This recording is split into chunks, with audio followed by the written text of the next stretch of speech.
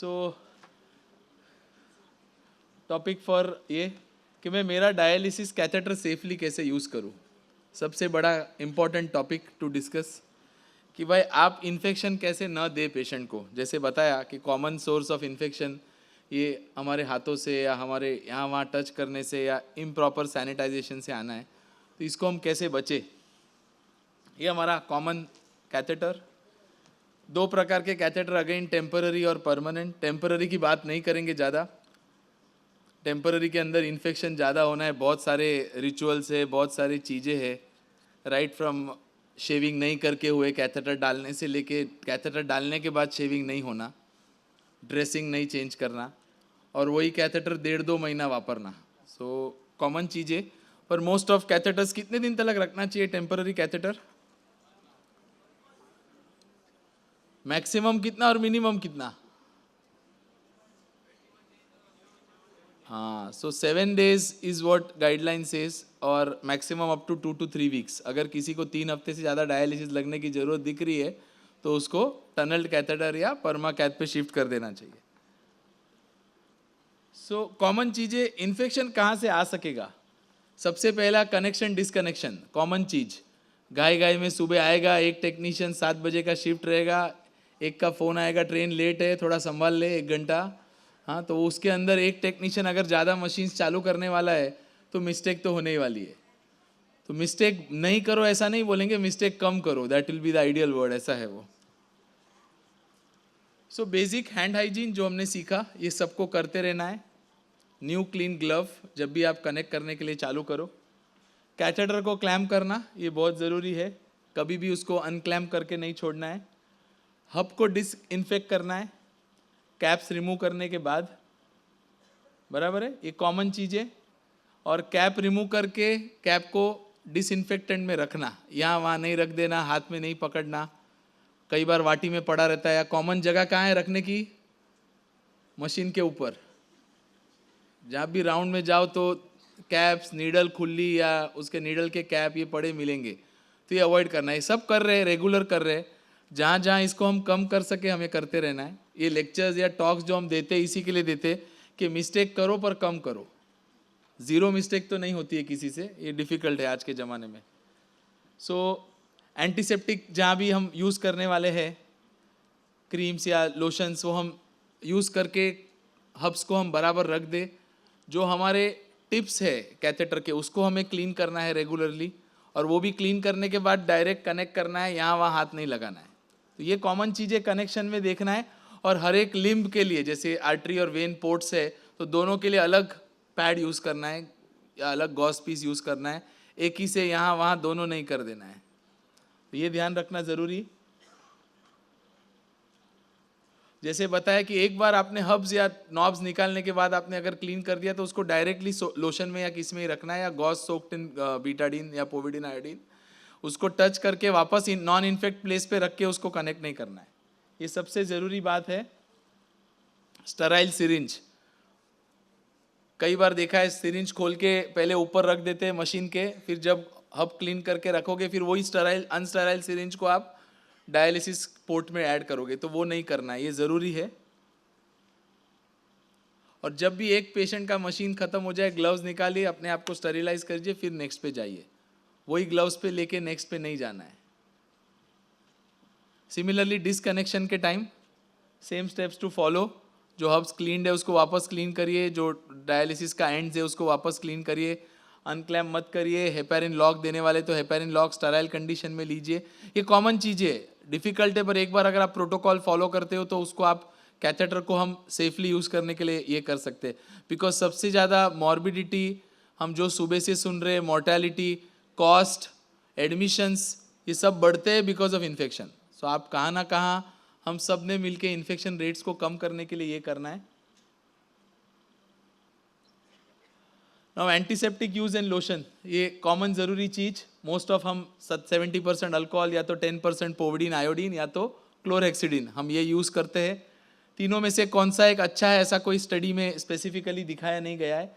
हर एक को अलग से, मैंने जैसे बताया कि every time you use it with a separate gauze और पीस। अगर हम ज़्यादातर क्लोरहेक्सिडिन या बीटाडीन ज़्यादा यूज़ करने वाले जिससे कैथेटर स्टेन हो रहा है, तो उसको मिनिमम क्वांटिटी में रखें और स्टेन ना होने दीजिए। स्टेन होने के बाद इन्फेक्शन है, ब्लड है या फिर कैथेटर खराब हो रहा है, ये देखना मुश्किल है। And every time when you are touching the catheter और you see for cracks, common है क्रैक्स हो रहा है क्या, कैथेटर के अंदर लीकेज है क्या, ये देखना ज़रूरी है। सोकिंग कैप्स जैसे मैंने बताया कि अगर आप उसको निकाल रहे हो तो उसको आपको या तो गॉज में या इसमें सोक करके रखना है। कैथेटर हब्स, अगेन खाली नॉब्स को नहीं निकालना है, हब्स को भी क्लीन करना है, ये ज़रूरी है। ब्लड लाइन डिसइंफेक्शन, अभी जो भी लाइंस खोलते हैं, सेट खोलते हैं या कई बार आप स्टोर में से वो जो निकालते हो उसको हम डायरेक्ट बाल्टी में लटका देते हैं, वो बाल्टी कभी इन्फेक्ट की वो मालूम नहीं है। सो ये कॉमन चीज़ है, देखते हैं सबको मालूम है ये, पर एटलीस्ट एश्योर करिए कि जो भी हम बिन में उसको दोनों को नॉब्स को लटका रहे वो बिन हमारी डिसइंफेक्ट हुई है कि नहीं हुई है। और वही बिन में कई बार ब्लड स्टेन रहता है, कई बार वही प्लास्टिक का टुकड़ा अंदर ही पड़ा रहता है और उसी में वो लटकते रहता है। तो कॉमन चीज़ें अगेन अवॉइड करना बहुत ज़रूरी है जब तक, बिकॉज इन्फेक्शन तुरंत नहीं होना, जब भी होगा पेशेंट को ओवरऑल कॉस्ट हम सबकी तकलीफें बढ़ रही है। हाँ, कनेक्शन डिसकनेक्शन, अगर किसी को रिसर्कुलेशन में डालना है तो सेम स्टेप्स फॉलो करने हैं। हब्स को क्लीन करना है, नॉब्स को निकालना है, क्लैम्प करना है और वापस फिर लाइन के टाइम दोनों नॉब्स क्लीन करके ही लगाना है। जितनी भी बार आप रिसर्कुलेशन में डालो या कोई कारण से आप उसको चेंज कर रहे हो, कई बार क्लॉट हो गया डायलाइजर, तो आप डायलाइजर न्यू ले रहे हो, तो the process has to follow same, उसी को लटका के उसी को टाइम बचाने के लिए लगाना नहीं है।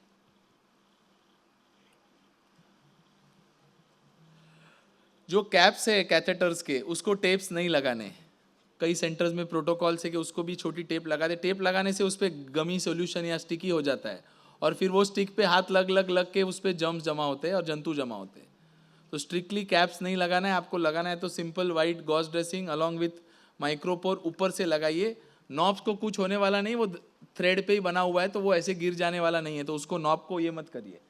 कंपलसरी यूज़ ऑफ मास्क, ये बहुत कम जन करते हैं डायलिसिस यूनिट्स में, तो ये ज़रूरी है मास्क यूज़ करना। जब भी है करो तो पूरा करो, नहीं तो कुछ भी मत करो, ऐसे नीचे लटका के मत रखो। बहुत सारे मास्क है जो ऐसे यहाँ से लटकते रहते हैं, तो वो नहीं यूज़ करना है। पहने तो मास्क अच्छे से पहने जो पूरा आपका नोज़ माउथ पूरा कवर होना चाहिए, ये ज़रूरी है। N95 पहनना ज़रूरी नहीं है, बेसिक सिंपल मास्क भी काफ़ी हो जाता है। पीपी या गाउन्स, ये ज़रूरी है आपकी और पेशेंट दोनों की सेफ्टी के लिए। आपके कपड़े, आपके जो भी बाकी के पार्ट्स है वो कैथेटर या सेट्स को नहीं कनेक्ट हो और वो ब्लड से आपको इन्फेक्शन ना हो। बहुत सारे पेशेंट डायलिसिस पेशेंट ये इंक्यूबेशन पीरियड में है, जब उनको मालूम नहीं है कि उनको वायरल कुछ इन्फेक्शन है कि नहीं है, तो कई बार होता है ग्लव्स नहीं पहने, कपड़ों को ब्लड लग गया या ब्लड उड़ गया, तो इसके लिए मास्क और बेसिक कैप और पीपी करना कंपलसरी है। पेशेंट को भी बचता है इन्फेक्शन, हमको भी इन्फेक्शन से बचना है। नाउ कॉमन क्वेश्चन कि ये तो हमने क्या करना क्या नहीं करना डिस्कस किया, आप पेशेंट्स को कैसे ट्रेन करेंगे। जैसे डॉक्टर वैभव भी बता रहे थे कि यू हैव टू एम्पावर, कि आपको पेशेंट्स को नॉलेज करना है, तो पेशेंट को बताना है कि भाई आपने क्या क्या करना है या आपको रेगुलर क्या करना है। तो see to it that your dressing, catheter dressing is intact clean, ये सबसे ज़रूरी काम है। 7-7 दिन में चेंज करना है, ये बताना है उनको। जब कैथेटर नया डाला है तो शुरुआत के 3 दिन उसको हो सके तो टच नहीं करना है, कई बार ऊजिंग हो सकता है। उसके बाद रेगुलर ड्रेसिंग चेंज करना चालू करना है। अगर कोई पेशेंट को कैथेटर के साइड पे पेन, रेडनेस कुछ भी है तो उसको इमीडिएटली डॉक्टर को कनेक्ट करने को बताना है। पेशेंट या टेक्नीशियन या रिलेटिव कोई भी अगर कैथेटर साइड को टच करना चाहता है तो उसने अपने आप का हैंड सैनिटाइज करना ज़रूरी है। क्लीन करने के बाद ही उसको कोई रीज़न से टच करना है, कोई अदर रीज़न से टच नहीं करना है। रेगुलरली क्रैक्स, होल्स, डैमेजेस के लिए चेक करते रहना है। और कोई भी प्रकार का अगर आपको लग रहा है कि आपका इधर कैथेटर लटकते रह रहा है और आपको वो घड़ी घड़ी कपड़े में आ रहा है तो उसको सिक्योर करने की कोशिश करिए। जितनी बार वो यहाँ मुड़ेगा उतना क्रैक होने का चांस है और वो ब्रेक हो सकता है। ये कॉमन चीज़ें जो बतानी है।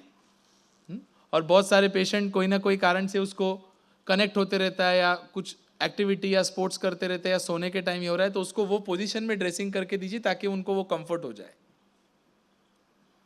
सेकेंड, नाउ बहुत सारे पेशेंट्स गूगल पढ़ेंगे, सब आइडियाज़ लेके आएंगे, तो ये भी साथ में बताना ज़रूरी होगा आपको कि क्या नहीं करना है।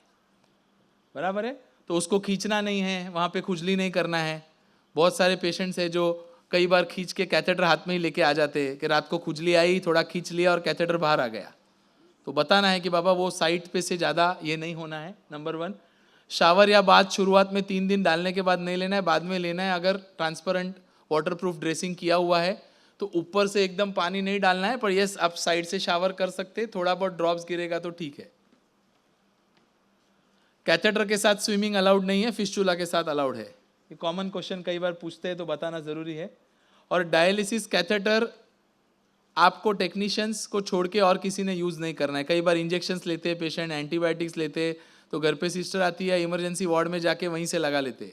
तो वो उसका यूज़ के लिए स्ट्रिक्टली ना बोलना है कि ये कैथेटर और कोई यूज़ के लिए यूज़ नहीं होगा। ये आपका काम है उनको रेगुलरली याद कराते जाना। मनुष्य स्वभाव है तो आदमी भूलते जाता है, तो घड़ी घड़ी बताते रहना है, शर्माना नहीं है। और उस पर कोई प्रेशर नहीं आ जाए, ये ध्यान रखना ज़रूरी है।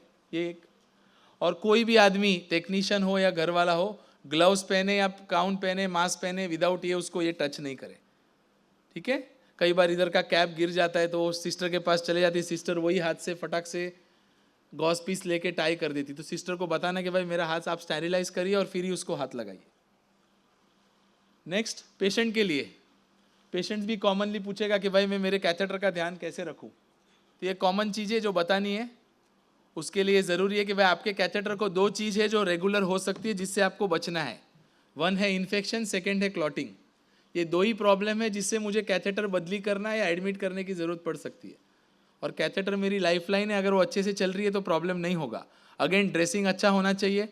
सूचर अगर निकल गया है, बहुत सारे सेंटर्स में बोलते हैं कि कफ है नहीं निकलेगा, पर most of the times prefer करिए कि सूचर लगा रहे।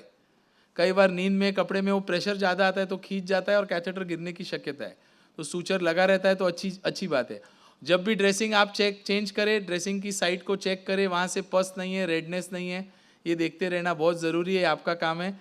एक इमरजेंसी ड्रेसिंग किट बना के देना है पेशेंट को। अगर घर पे संडे, बैंक हॉलीडे के दिन ड्रेसिंग खुल गया तो वो कैसे करें, उनको ट्रेन करना ज़रूरी है।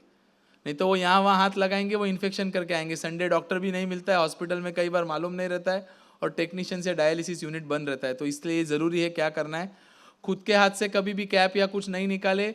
कैप या क्लैंप खोलते समय अंदर हवा ना चली जाए, इसका बहुत ध्यान रखें, बराबर है। तो ये आपको उसको रेगुलरली बताना ज़रूरी है। कैप क्लोज करने के टाइम आप लोगों ने टाइट क्लोज करके देना है, क्लैंप अच्छे से करके देना है, ताकि उसको घर पे जाके कभी कोई प्रॉब्लम ना आए। अगर कोई भी कारण से कैथेटर साइट में जरा भी रेडनेस या डार्कनेस या इन्फेक्शन लग रहा है तो उनको तुरंत डॉक्टर को कनेक्ट करके बोलना है।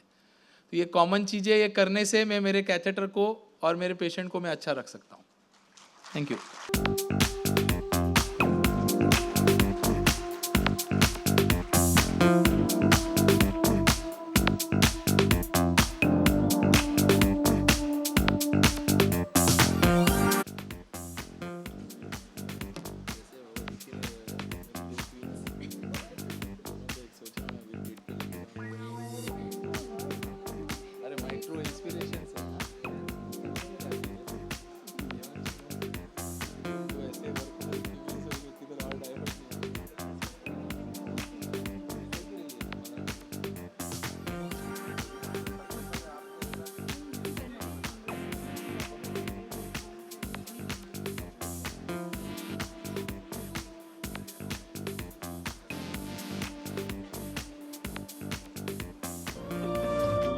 शुभं कुरु त्वं कल्याणम् आरोग्यं धनसम्पदः। शुभं कुरु त्वं कल्याणम् आरोग्यं धनसम्पदः। शत्रुबुद्धिविनाशाय दीपज्योतिर्नमोऽस्तुते, दीपज्योतिर्नमोऽस्तुते। दीपज्योतिर्परब्रह्म, दीपज्योतिर्जनार्दनः, दीपज्योतिर्परब्रह्म, दीपज्योतिर्जनार्दनः। दीपो हरतु मे पापम्, सन्ध्यादीपनमोऽस्तुते। ओ दीप ब्रह्मरूपत्वम्, ज्योतिषां प्रभुरव्ययः। ओ दीप